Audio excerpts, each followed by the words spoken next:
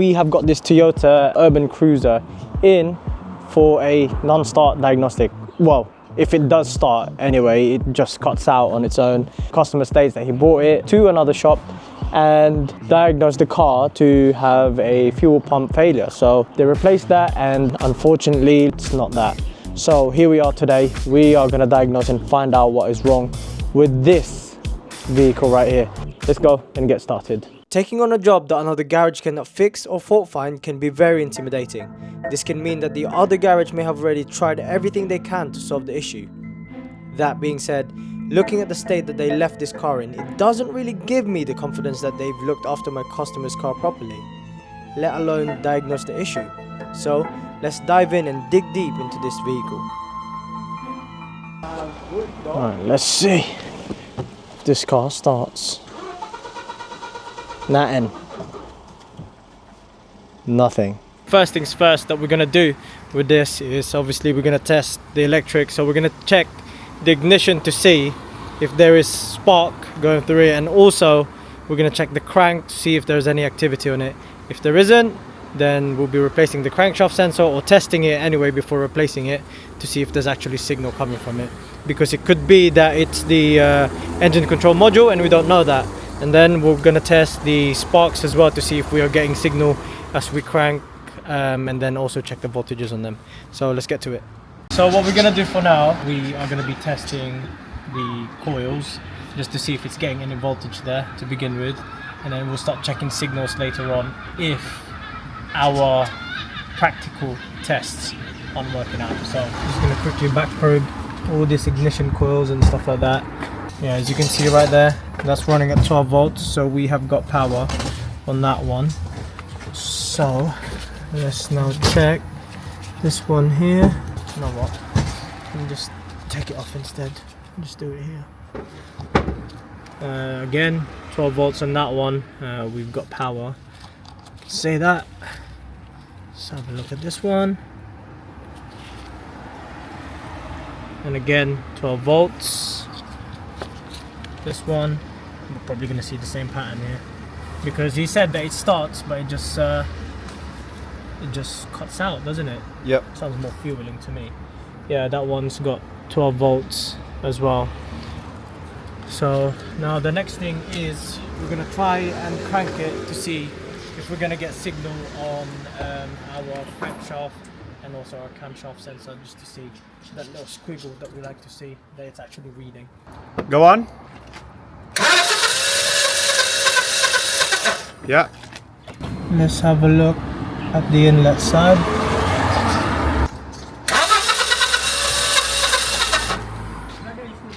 Okay, so obviously we've got the ignition all working fine.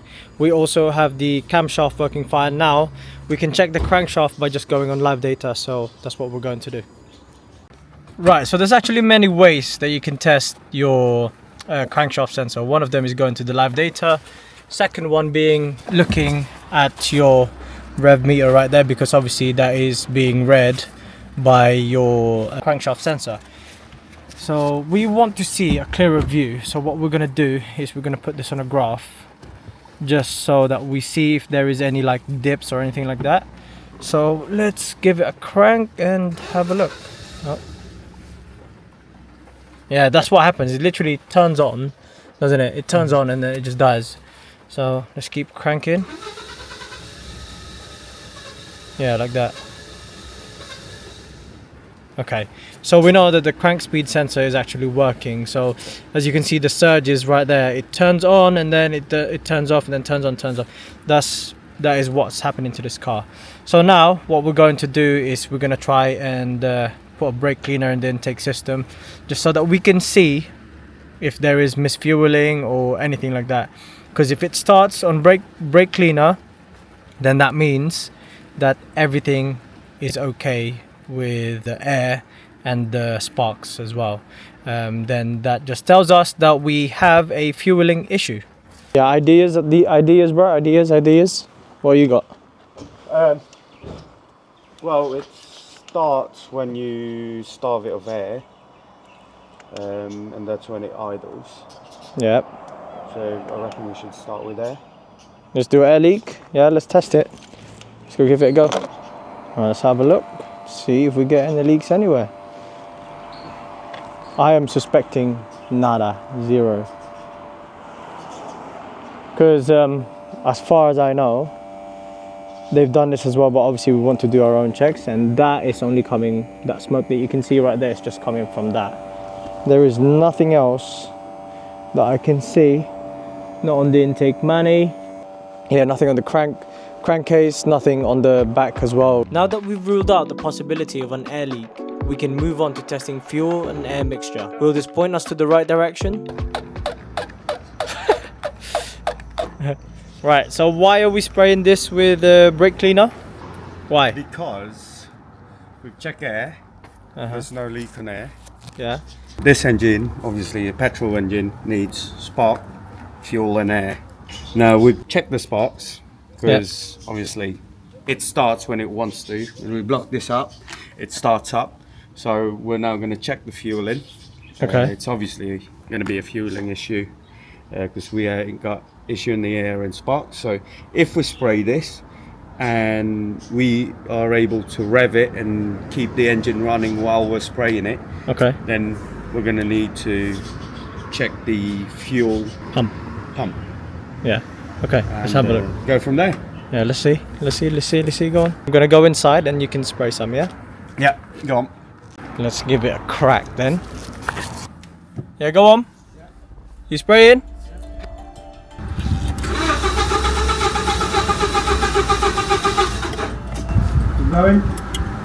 This is not looking good. Even after trying to tick it over a few times, it didn't want to start. Until...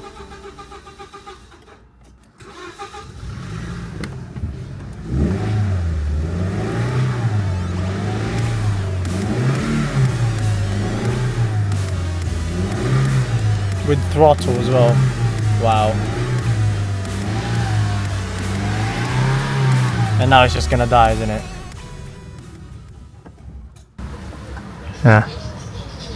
Mechanic. Oh goodness me.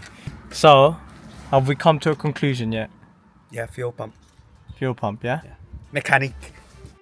Could it really be the fuel pump that has been causing all this drama? Knowing that the customer has already paid this major chain of garages £900 to replace it. Could it be that they did not replace it? You claiming that they didn't replace it? Is that what you're saying? I mean, we got to check, because that's the only thing they touch apparently when they went to that garage. £900 though, can you believe it? Yeah, that included the diagnostic and fuel pump, which is still... That's mad, isn't it? Yeah. And what else happened to this? Is they broke like 2 of the bolts for the seats, or 3, 1 or 2, innit? So they cross-threaded the back bolts, so it's impossible to get it out now. So yeah, that's why we have it like this, don't we? Yeah. Right, cool. I'm gonna do my checks up front. You do that, and yeah, we'll go from there. Right. So before we obviously start replacing the fuel pump, what we're going to do is we're gonna have a look and see if the voltage is good or not, the one that's going to the back, because as you know, the fuel pump needs power to pump. It could be that, but I highly doubt it, because it starts and the fuel delivery is there as well. But obviously, just to check our tracks, make sure to check it. So let's have a look. Obviously this one probably going to have voltage on it. Oh, by the way, we are using a Pokit Pro alongside our Eurotab 3. Mate, it's match made in heaven. Look, the color is the same as well. But anyway, let's see that. So this is for the signal. So one of them is signal, one of them is level, one of them is ground, and one of them is positive. This one here is the positive, right here. As you can see the battery voltage there, which is 10 volts, right there. And then this is the ground.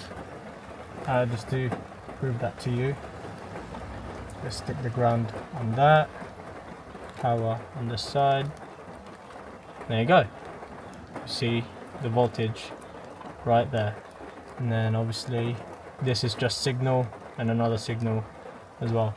So to me, that's got a power to the pump, and I can say that that is fully working.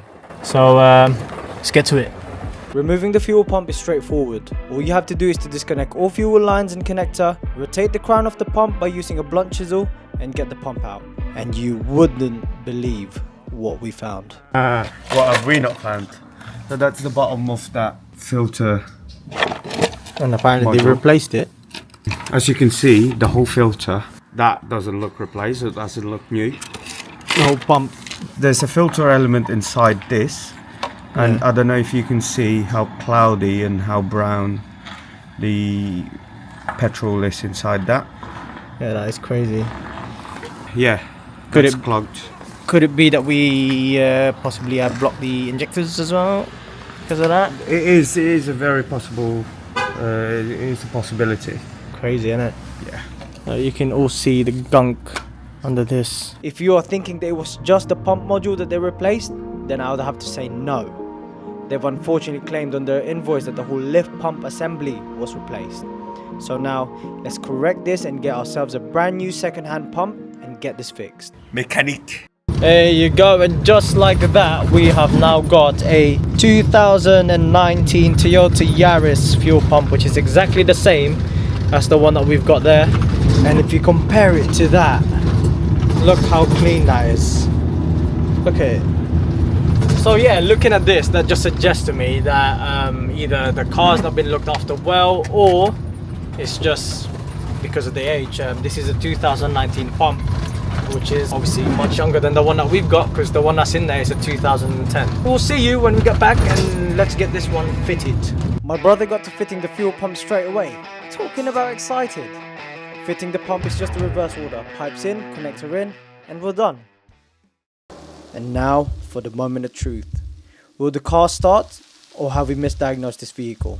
Let's find out. Okay, let's see. Audible noise. I started straight away. Mechanic. Rev it. Mechanic. Mechanic! Oh! Mechanic! Oh my god. Straight away. That is crazy. Look at all this, that smoke. Obviously it's just not been pumping right. Oh my god, bro. I cannot believe it. That started straight away. Straight away. That is crazy. Oh my days. That's Toyota for you. Wow. Wow. So you're telling me that they did their diagnostic for nothing, and all of that cost my customer £900. Could you believe it? And apparently they've changed it. I'm not gonna name or shame. No, I don't want to get in trouble with people, all right? But that is just ridiculous. That's just literally replacing the fuel pump. Before, what would happen is, yes, it wouldn't start, of course. Or if you can start it, you literally have to plug, what's that called? The pipe going into the engine for the air, just so that the air and the fuel ratio is correct. Which is ridiculous, really. £900 just to get this like that. Before, it wouldn't even rev.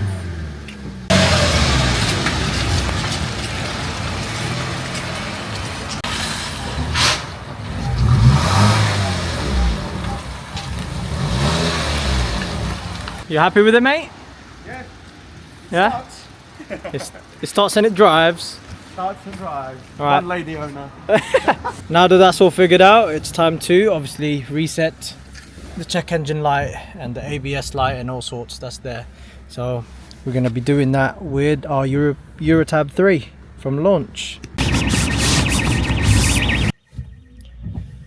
So as you can see right there, obviously the MAF sensor, intake sensor and all of that, crankshaft position sensor, that is another thing that they've replaced as well. Thinking that it was just a crankshaft sensor, but it wasn't. It never was, and it never will be. Obviously that's fine. Crankshaft, mass airflow, that's fine. Low voltage, obviously that's fine, because it is low battery. Air conditioning, cool, whatever. Alright, cool. We're going to clear the DTC now, and as you can see, it's just the AC stuff that's on. And then we're going to turn it back on. Have a look. Lovely. Runs normal.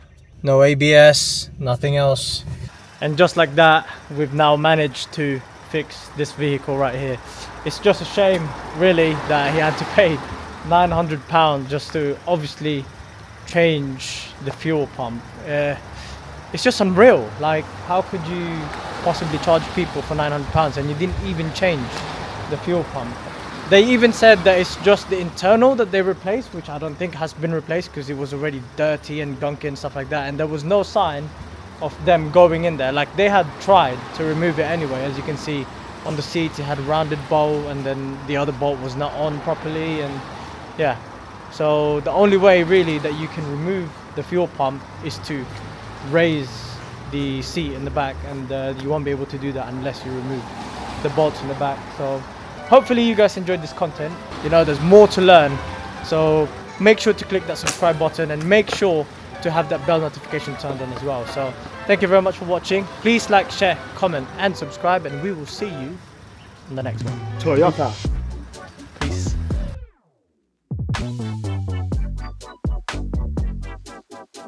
And now it's just gonna die, isn't it? Yeah. Mechanic. Mechanic.